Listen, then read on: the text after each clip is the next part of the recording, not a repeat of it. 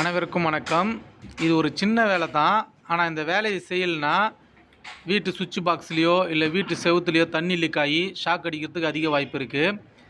வீட்டுக்கு வெளியே எப்போவுமே நீங்கள் ஒரு பெல்கேட் லைட் செட்டிங் நீங்கள் போடுறப்போ எப்போவுமே ஒரு எல்போ போட்டோ இல்லை பெண்டு போட்டோ கீழே திருப்பி விட்ருங்க.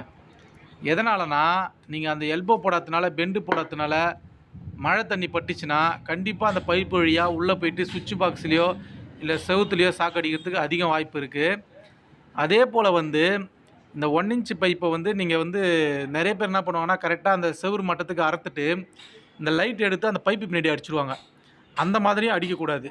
இங்கே பாருங்கள், இந்த மாதிரி தான் நீங்கள் அடிக்கணும். நீங்கள் பைப் இன்னும் கூட கொஞ்சம் கட் பண்ணின்னு எல்போ இன்னும் கொஞ்சம் கிட்ட தள்ளி போட்டுக்கலாம்.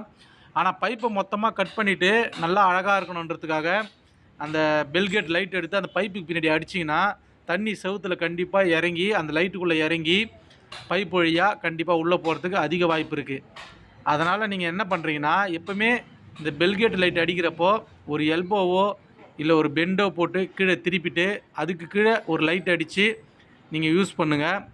இது பார்க்குறதுக்கு அசிங்கமாக இருந்தாலும் ஆனால் உங்களுடைய வீட்டு சுவிட்ச் பாக்ஸு உள்ள தண்ணி வரத்துக்கு வாய்ப்பே கிடையாது. இந்த வீடியோ பிடிச்சிருந்தால் மறக்காமல் சேனல் சப்ஸ்கிரைப் பண்ணுங்கள், லைக் பண்ணுங்கள்.